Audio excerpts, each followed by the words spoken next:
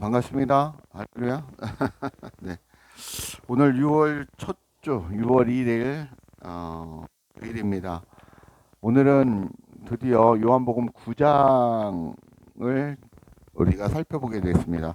요한복음 9장은 맹인의 사건, 날 때부터 맹인으로 태어난 그 맹인을 안식일에 주님이 고치는 사건, 그런 장면입니다. 그래서 1장부터 끝절 1절 오늘 말씀을 살펴보도록 하겠습니다. 왜일까요? 거기에 대한 영적 의미를 우리가 살펴보기를 원합니다. 첫 번째는 죄로 문제로 그리스도를 구원을 받을 수 있고 온전해질 수 있음을 말하는 것이다 라고 얘기할 수 있습니다. 두 번째는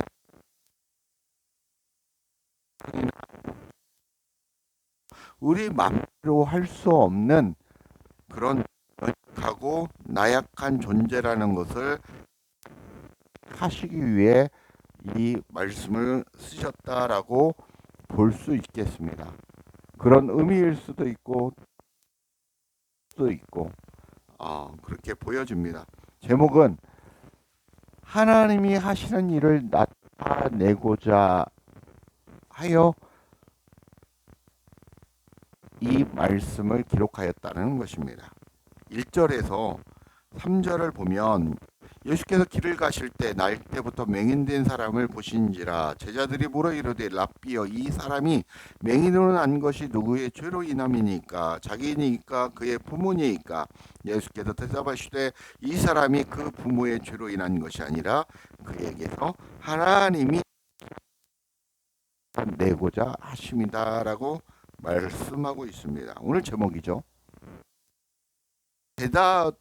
제자들조차도 예수님을 따라다녔습니다. 몇 년 동안, 3년 동안 계속해서 따라다니고 있습니다.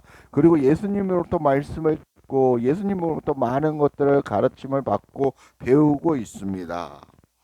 그런데 이런 예수님의 제자들조차도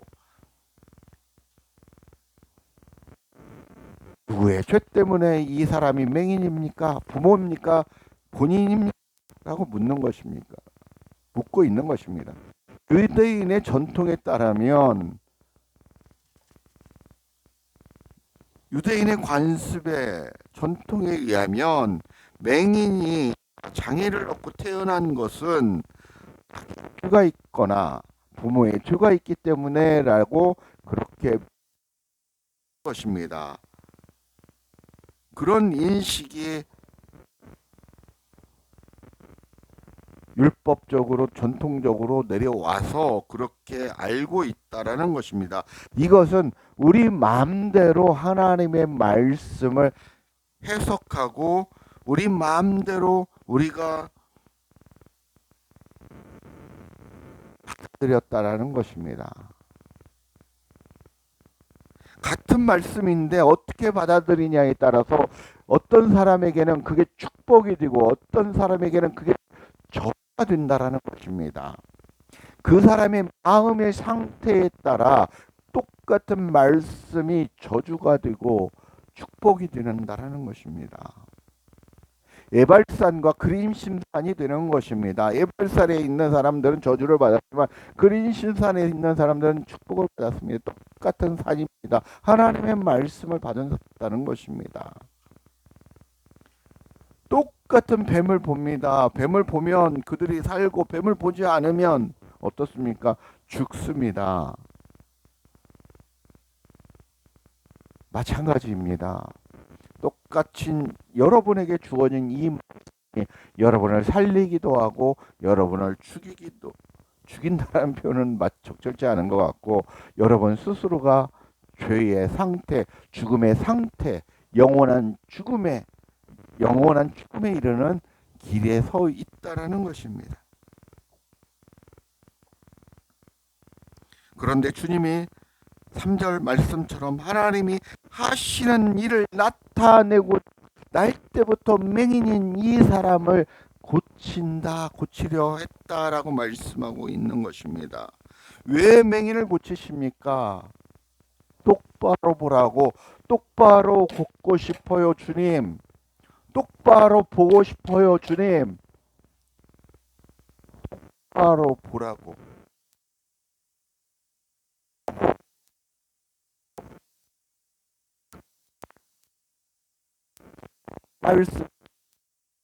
말씀하고 그 맹인을 고치는 것입니다.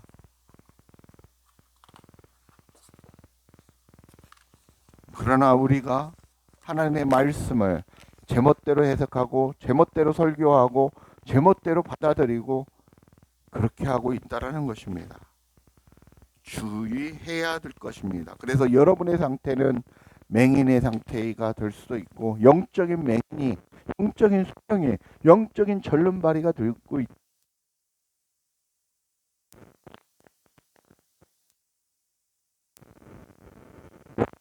생명 하나님 말씀 그 그리스도신 그 생명이 없다면 여러분은 소경이요 절름발이요.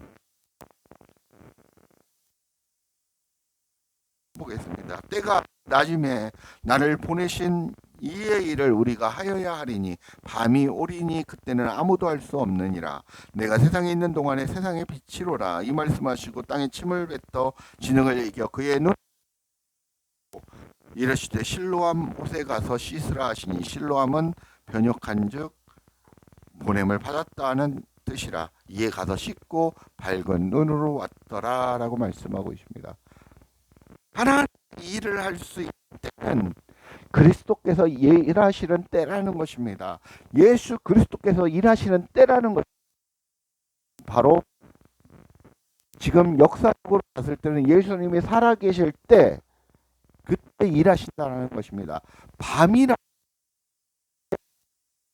하실 때를 얘기하고 있는 것입니다. 그러나 한쪽으로 우리는 그리스도께서 나에게 역사하시는 그때 나의 생명이 붙어 있는 그때 하나님의 일을 할 수 있다는 것입니다. 생명이 하나님이 우리의 생명과 이별하는 순간에는 우리의 육신의 장막을 마치는 그날 그분이 나의 육신을 떠나갈 때는 돌아가실 때는 본향으로 돌아가실 때는 우리는 더 이상 할 수 없는 존재라는 것입니다. 그러기 전에 여러분이 깨닫고 회개하고 돌아와서 주님과 함께 이 땅에서 천국의 삶을 누리셔야 한다는 것입니다. 예수님은 세상의 빛으로 우리와 함께 하나님의 일을 하고 계시고 하시려 한다는 것입니다. 6절 7절은 그 당시 인식에는 침은 특효약으로 여긴 것 을 뱉어 진흙을 이겨 눈에 발랐다는 것입니다. 그리고 실로암에 가서 씻으라라고 말씀하고 있습니다. 이 사건은 이 맹인을 고치는 기적이 옛 전통에 의한 것인지 하나님의 역사에 의한 것인지 분명히 알게 하시기 위해 그렇게 행하셨다는 것입니다. 예수님이 말로도 고치시는 분인데 왜 침을 뱉어 이겼다는 이것을 눈을 뜬 이 맹인이 이걸 진짜 했다라는 것을 믿어서 구원을 받을 수도 있고 그 맹인이 그냥 나에게 일어난 전통의 그런 기적이야 라고 치부하고 받아들일 수도 있다라는 것입니다. 이 사건을 본 많은 사람들도 똑같습니다. 하나님 하셨다. 저분은 그리스도 하나님의 아들 메시아야. 저분이 진짜 하나님이다. 이렇게 저자는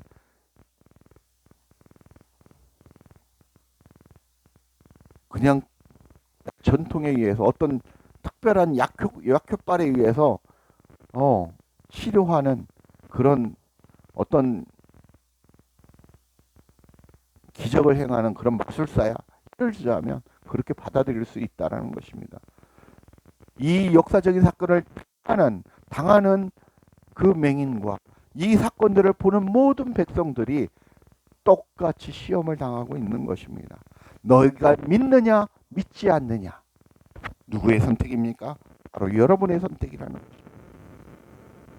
하나님의 말씀을 진리로 받아들이냐 말씀을 거부하느냐. 말씀을 역사적으로 전통적으로 팩트적으로만 받아들이냐. 진짜 하나님께서 말씀하고자 하는 그 진실의 뜻은, 하나님의 마음은, 하나님의 뜻은 저 뒤로 한 채 그 문자적이고 전통적이고 교리적인 것으로 받아들이고 있지는 않아요. 여러분 스스로를 돌아봐야 된다는 것입니다.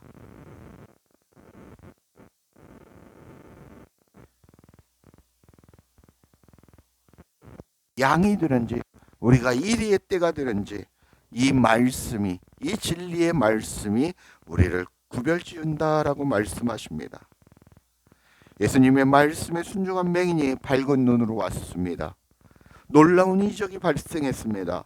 이는 육적인 눈이 떠진 것보다 영적으로 생명이신 그리스도를 영접한, 그리스도를 만난 그런 영적인 상태인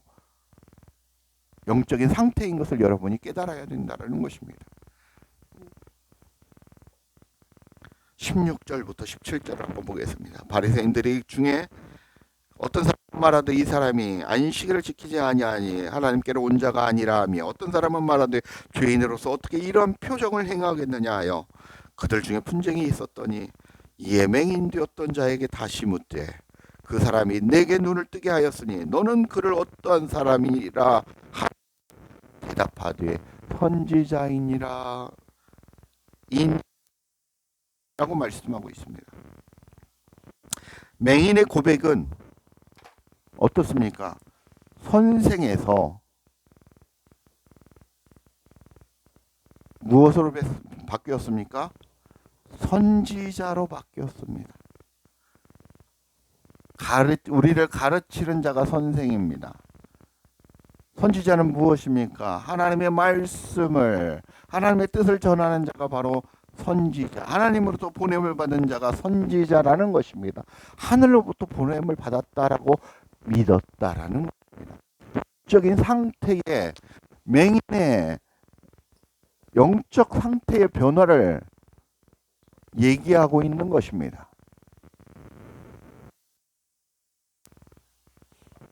선생님이요, 선지자입니다.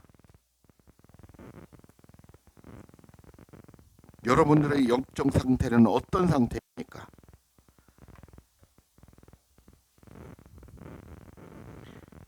안식일에 일을 하니 선을 베풀어도 안 된다고 유대 전통에 나와 있습니다. 973가지인가 입니다. 지금도 엘리베이터에 버튼도 안 누른다는 것입니다. 그대로 기다렸다 다른 사람이 버튼 누르면 그때 그게 바로 일이라는 것입니다. 전통적인 유대 그 모든 것이 일로 구분된다라는 것입니다. 안식을 기억하여 거룩히 지키는데 안식일 했으니 유대인들이 일이라는 것을 정해서 963가지의 일을 정했다는 것.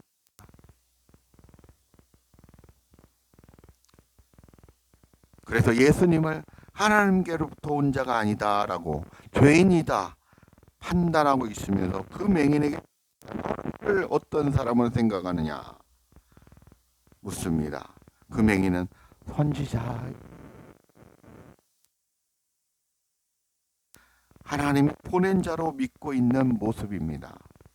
그전에는 선생을 알고 있었는데 이제는 선지자로 믿고 있다는 것입니다. 믿음의 눈이 열려 복음을 받아들이고 있다라는 영적인 상태의 모습을 보여주고 있는 것입니다.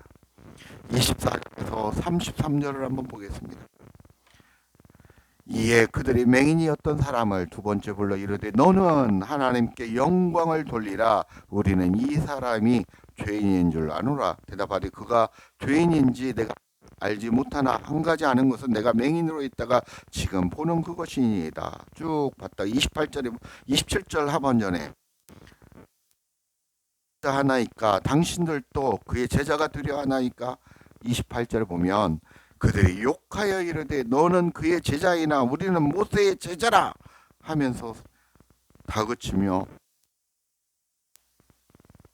쫓아내는 모습을 4절까지 나옵니다. 이를 재차 불러서 질문합니다. 너 한 번만 더 부인하고 그리스도를 얘기하고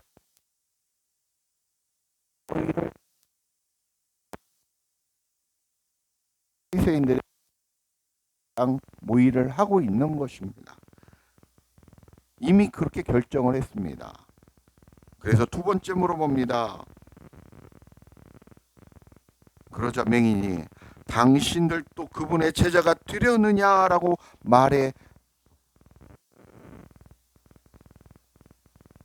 분노를 섞인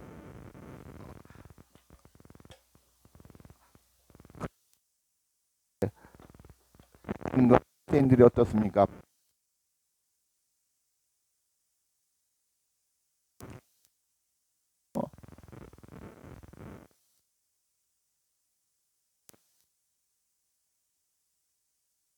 그 당시 출교하는 것은 공동체에서 어떤 거래도 할 수 없고 공동체 사유의 성곽에 밖에 쫓겨나는 것입니다.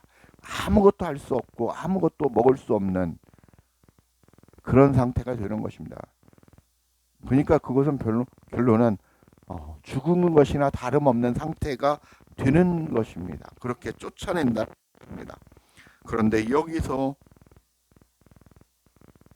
우리가 고민해야 할 문제는 너는 예수의 제자이나 우리는 모세의 제자다라고 유대인과 바리새인들이 말씀을 제대로 알았다면 예수의 제자가 바로 모세의 제자이고 모세의 제자가 예수의 제자라는 것을 바로 알았을 것입니다. 예수님이 바로 그리스도라는 것을 바로 알았. 그러나 이들은 자기 맘대로 알고 자기 맘대로 해석하고 자기 맘대로 전통에 의해서 이어져 왔다. 귀 멀었다라는 것입니다. 귀가 멀었다라는 것입니다. 그런 영적인 장애를 가진 그런 불구자라는 것입니다.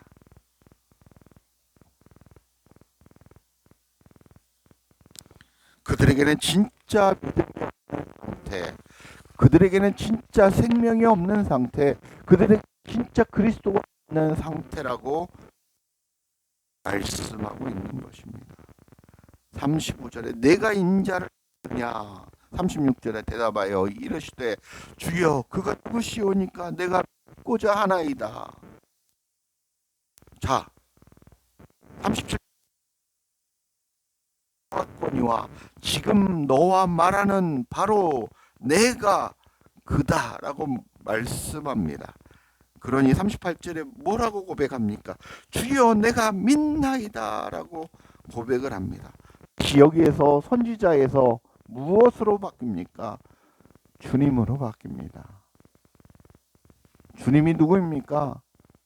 예수 그리스도 하나님이십니다. 성삼위일체 하나님으로 믿고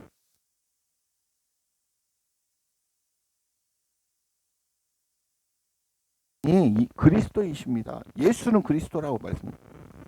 그리스도이십니다. 우리를 구원할 메시아이십니다. 이런 고백을 하고 있는 것입니다.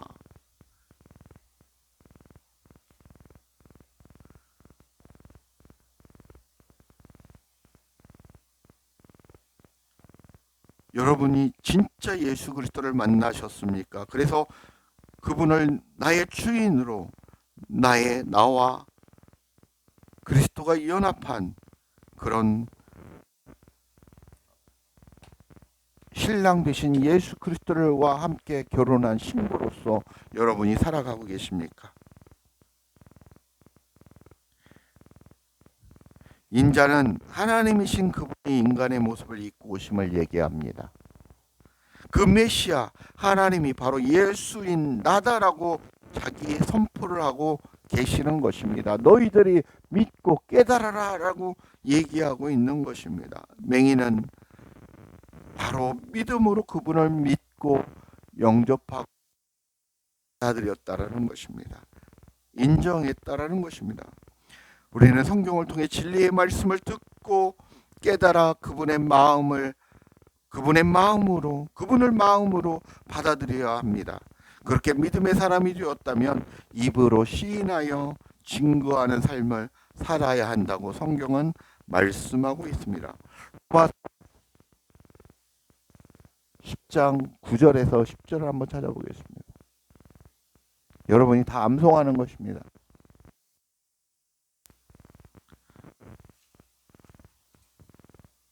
내가 시인하며 또 하나님께서 그를 신 것을 내 마음에 믿으면 받으리라. 사람이 마음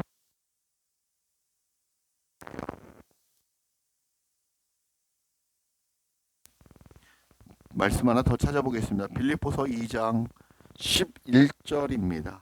11절.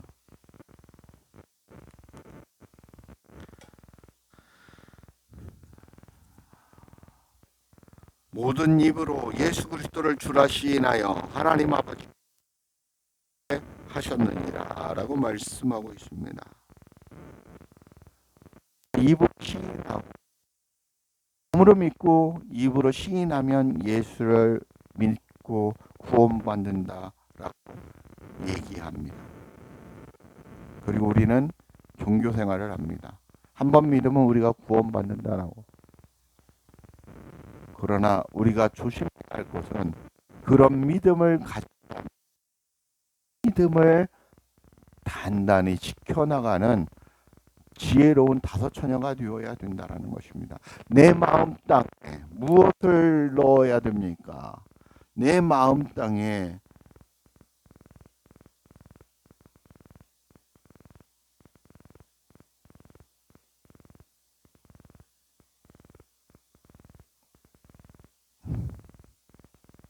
내 마음 땅에 기름을 넣어야 된다는 것입니다.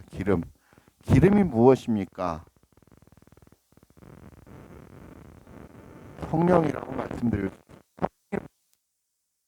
진리 대신 말씀을 얘기하고 있는 것입니다. 진리의 말씀, 그 말씀을 내 안에 자꾸 부으셔야 된다라는 것입니다.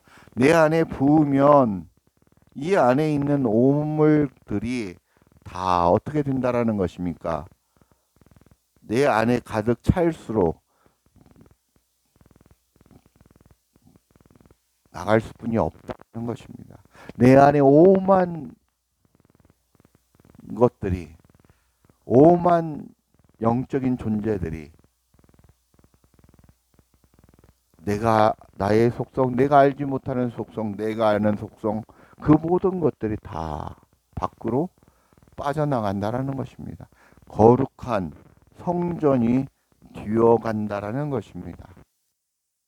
우리가 그걸 영적으로는 기독교에서 성화라고 얘기하는데 그런 주님과 하나 된 그런 상태의 삶을 우리가 살아가야 된다라고 말씀하고 있는 것입니다.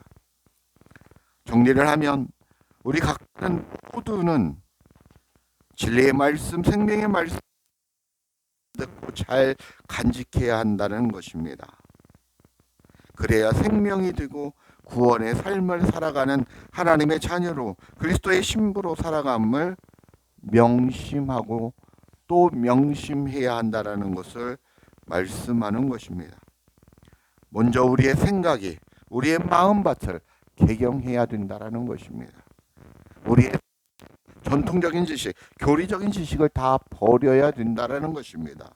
종교적이고 신앙적인 그런 관습들, 그런 모습들을 다 버리고 복음의 본질만을 우리는 가지시고, 우리는 신랑이신 본질이신 그리스도만을 그리고 그분과 하나 되어 연합되어 살아가야 됨을 말씀하고 있는 것입니다.